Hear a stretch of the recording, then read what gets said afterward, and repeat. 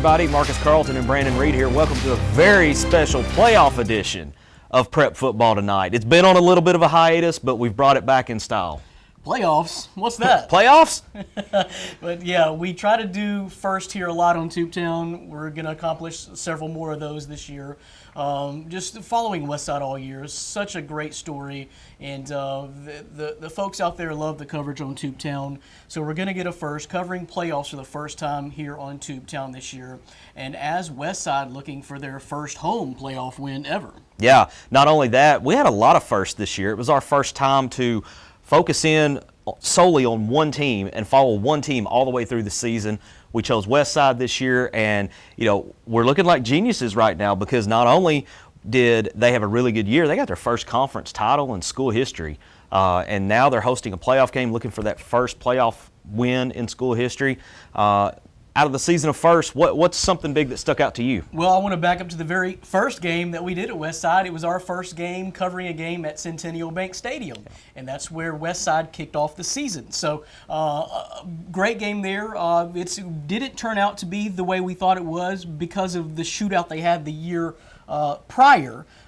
So this was more of a low-scoring game, and just the whole season, Marcus. It seems like the whole thing. We saw a lot of close games with Westside, going down. Of course, the Pocahontas game, close. We came back the next week with another nail biter with Brooklyn.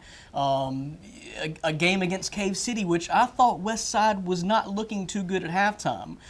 They came back and survived that one. Win against Truman, a huge win against Gosnell. So it's not really Westside style to blow you out. They've been playing in a lot of 14-point games. So you've been getting your entertainment value on Tubetown all year as well. No doubt about it. And speaking of entertainment, has there been one player we've had on Tubetown any more entertaining than what Logan McPherson's been this year? Well, I was just shocked looking at the Hootens preview to realize, and as they recapped the last game we did against Gosnell, he toted the rock 49 times. I thought that was a misprint, but we went back and searched through the stats, and that was correct. Westside ran 70 plays in that game, and McPherson carried it 49 times. Man, I hope they found the cold tub the next morning because he was definitely going to need it after that. 49 carries in that game, that just kind of sums up what he did the entire second half of the season, because the second half of the season alone, over 1,800 yards in 5 games. Now, a lot of people would call that a heck of a season over 10 games, but Logan McPherson had 1,842 yards over the course of last 5 games of the season, arguably the biggest 5 games of the season, because that's what put them on their run to the big showdown with Gosnell at the end of the year.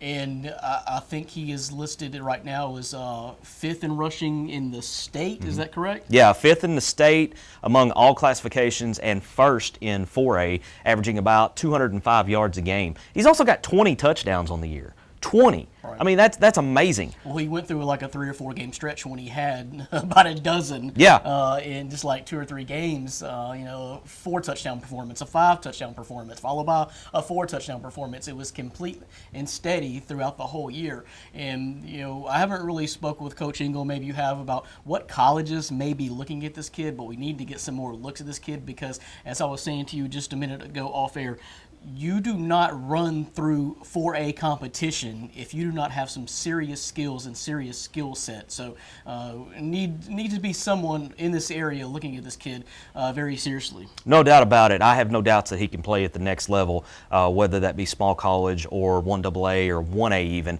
He's got the skills necessary to take it to the next level. So let's take a quick look at a recap of the entire season of Westside Warrior football on Tubetown.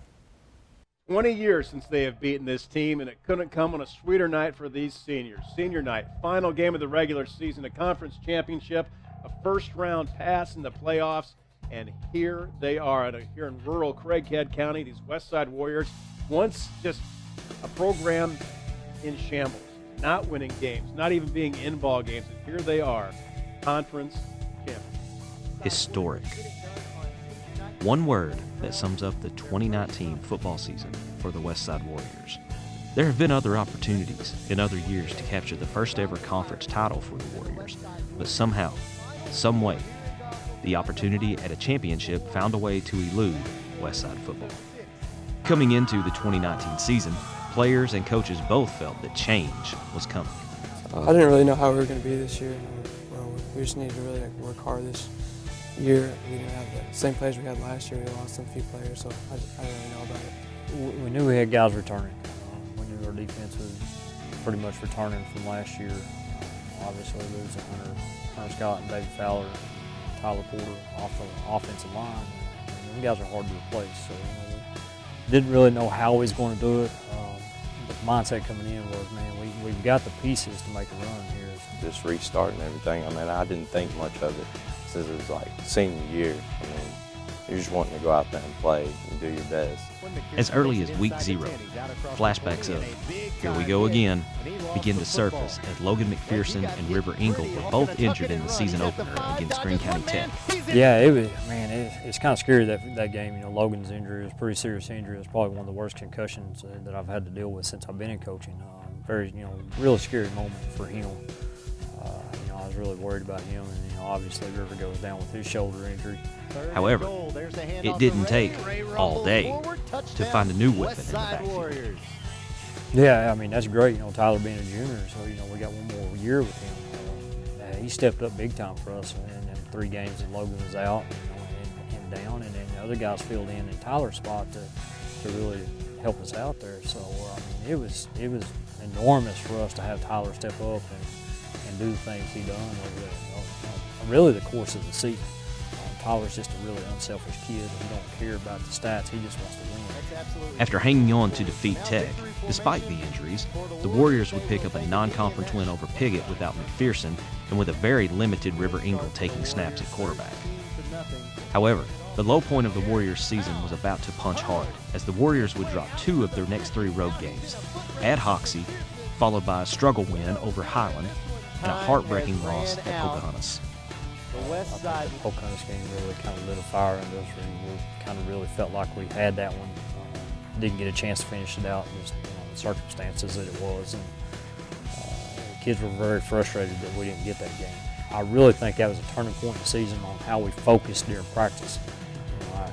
As a coach, you try to get these guys to really zero in each week, but they're 17, 18-year-old kids, and to have a really good practice week in, week out for 10 weeks or however many weeks it's going to be, that's tough to do with these guys. So, but after that Pocahontas loss, I really think they zeroed in on the focus on practice, really did what we wanted them to as coaches, and they come out with a little bit of a chip on their shoulder and felt like they had something to prove to the rest of the conference going forward. A last-second win over rival Brooklyn was the beginning of what would become a historic run for the Warriors. 4 straight wins, leading to the final week of the regular season and yet another opportunity to make history. The Warriors had been in this position before. A win at Gosnell in 2018 would have given them share of the conference title, but on that night, nothing would go the Warriors' way. Man, yeah, I'll tell you what, after last year, that was pretty frustrating. Probably one of the worst games we've ever played. But on this night, in the final week of the 2019 season, history would not repeat itself, but history would indeed be made. It all comes down to this, the Pirates and the Warriors. A 6-point lead for Westside. 1 second away. Warrior fans on their feet. I would assume that they're all probably ready to rush the field. Warriors are back in prevent defense. I think they need to get some guys up, though. I just see these guys backs do some amazing things. 10 seconds left on the play clock. Pieri takes the snap, fires it. Caught by Partee. Dropped at the 40, incomplete. That's the ball game. 36-30 is the final. The Westside Warriors come away with their first conference championship in school history. It's crazy just to think that we even got the opportunity to do that. A lot of other teams don't really get the chance to do that. For us to be set up that good, to be playing at home for the conference championship and come out with the win, it's just great. As a kid, you always wanted to do something like this, and now that it's here, we had the opportunity and we took it.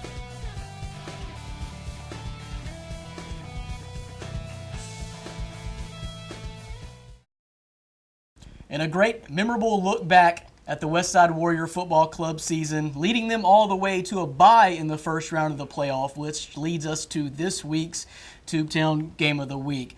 Hosting Hamburg. Now, I don't really know a whole lot about Hamburg, being that they're so far, down south in the state.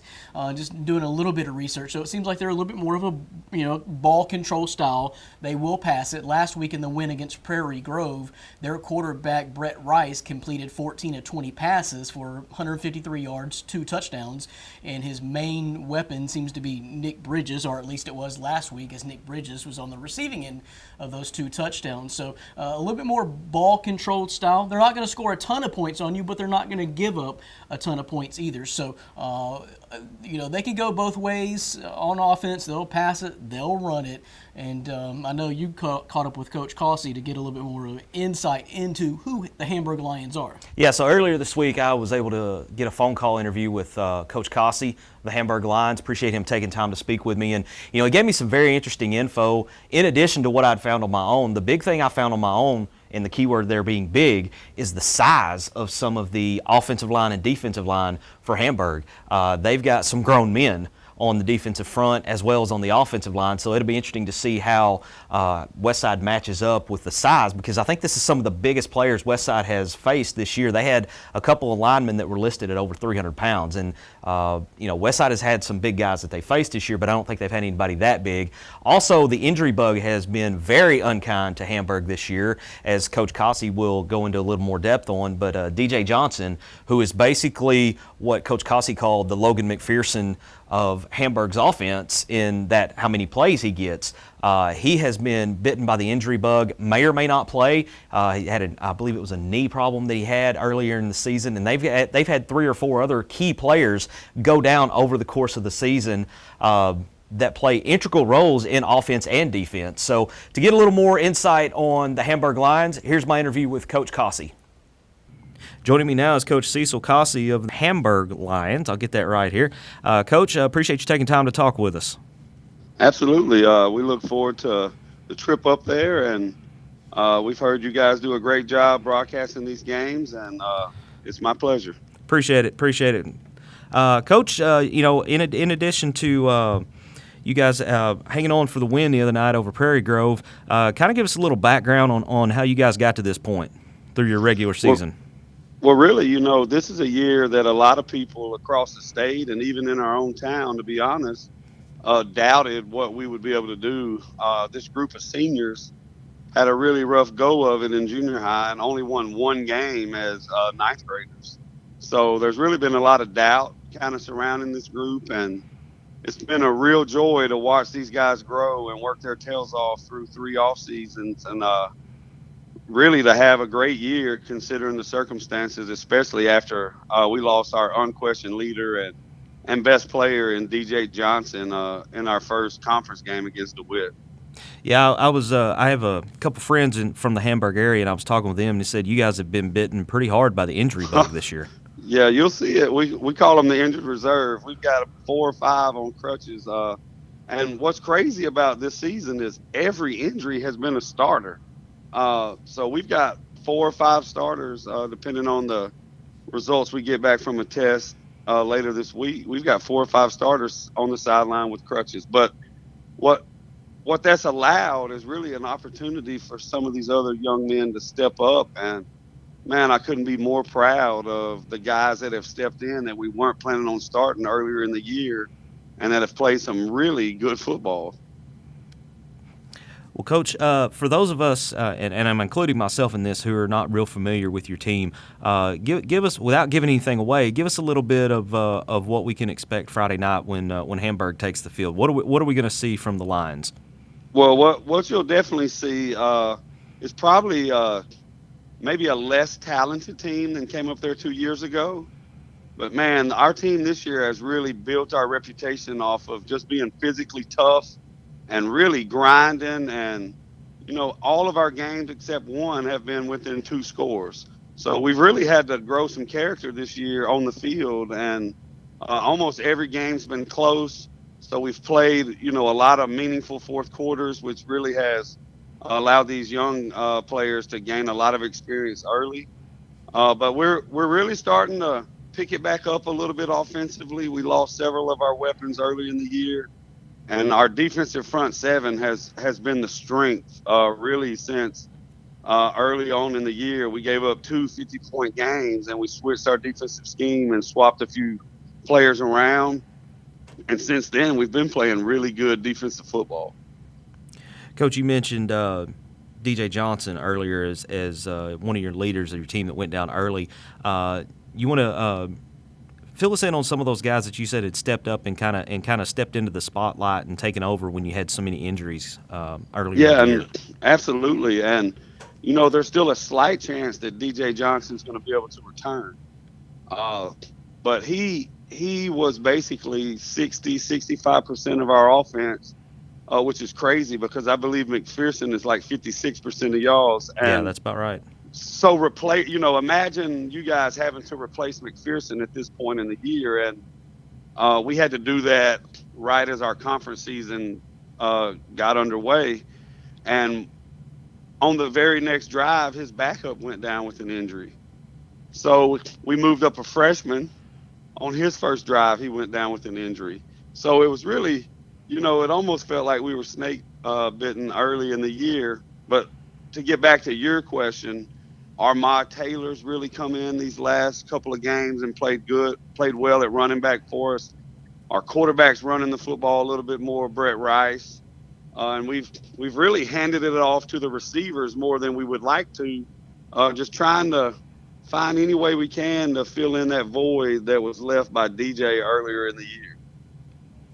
So, Coach, I was looking over some stats from the game with Prairie Grove the other night, and you guys jumped out to an early lead and kind of had to hang on there for dear life to secure the victory and the trip up here to Westside. I mean, with having so many of your key players go down, what does that say to the mindset and the testament of these guys that stepped up, that they were able to make the play when they had to in order to secure the victory? Absolutely, and that's really kind of. Really, we've adopted this mantra, prove them wrong, because, since I've been in Hamburg, we've went to the playoffs every season. We've actually won at least one playoff game every season.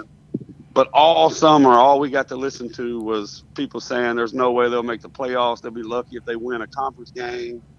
And so those kids kind of got that, and it could have broken them, but it really motivated them. And at this point, that's just kind of what this team is. It doesn't matter who's getting the ball, who's hurt, who's on the field.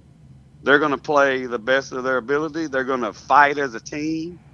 And, I really feel like we've won 2 or 3 games that we probably shouldn't have won based on talent alone. As a coach, when you see, your team go through all the adversity they've had, and then you see guys who maybe were not going to be in the spotlight step up and take that spotlight, and then on top of that, they take this attitude of, okay, you're going to doubt us, we're going to prove you wrong. I mean, that's got to be pretty cool to see that as a coach. It really is, and to have a chance to make the quarterfinals with a group that really nobody believed in, and I tell them about once a week. I'm like, guys, if you're going to be honest, even our own mamas, even our own families probably didn't think we would be where we are. And so it's something to be proud of already this season that these guys have had. But, man, they're coming to practice with a fighting spirit, and they know what kind of team's up at Westside, because we had a hard-fought battle 2 years ago up there, and a bunch of these guys started as 10th graders that season. So they've got several 3-year starters that we've already seen before, and we know we got our work cut out for us, and we just got to play our best football, especially on the defensive side, to really have a realistic shot Friday night.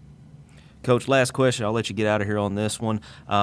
Looking at this game Friday night, the matchup with Westside, you guys have your front seven, as you said, has been your kind of your bell cow this year, and you guys also have a lot of size that may play to your advantage a little bit on the defensive front. If you had to break it down to one key that would secure a Hamburg victory this Friday night, what would that one key be?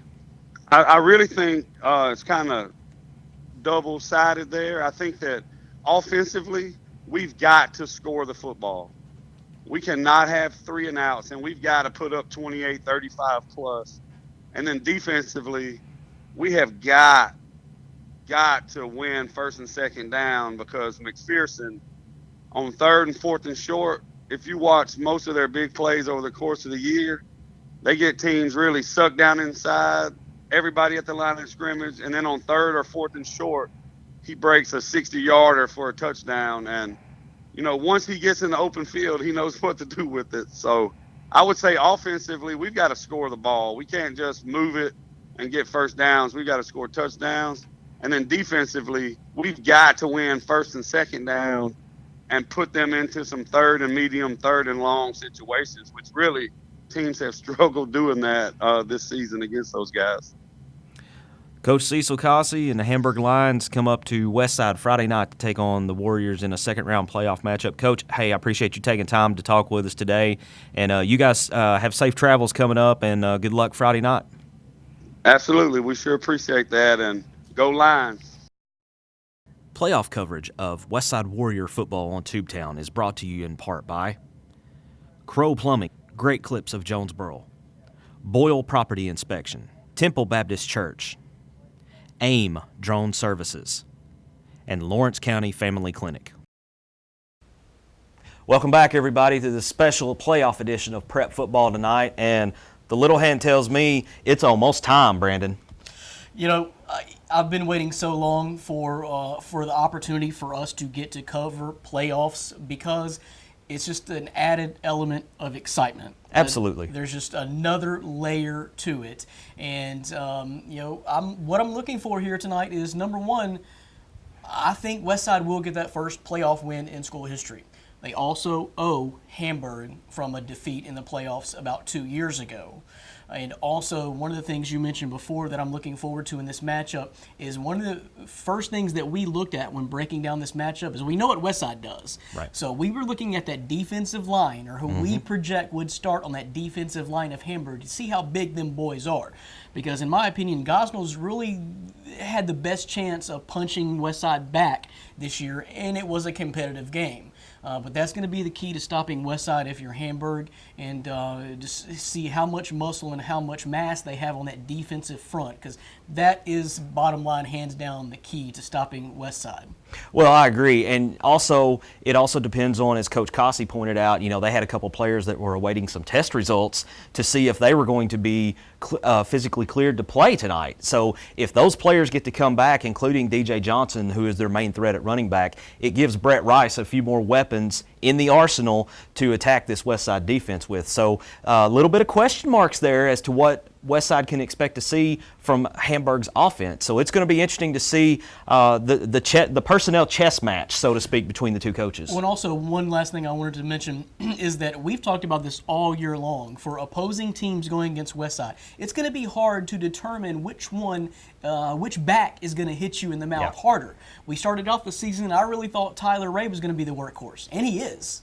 But Logan McPherson came in doing spectacular things. So if you're the opposing defense, if you're Coach Cossey, how do you game plan for two running backs that can hit you like that with different styles too? Right. With Ray being the bigger bruiser, and then McPherson can just hit you in a variety of different ways. So it's going to be tough for Coach Cossey to game plan for that. Yeah, I've compared them all year, Ray and McPherson, to a thunder and lightning kind of combo, because Tyler Ray is basically a bulldozer with legs. I mean, there's a reason that our voice guy Andy Manus calls him all day Tyler Ray. So because it's all day, when you give it to him, he's going to get 3-4 yards all day. So it's going to be very interesting to see. And then don't count out the fact, River Engel, even though he's not been healthy the majority of the year, he is a true dual threat, because he can run the ball as well as he could drop back in some play action and throw a bomb if the defense decides to put 10 or all 11 up in the box and crowd the line to stop the run.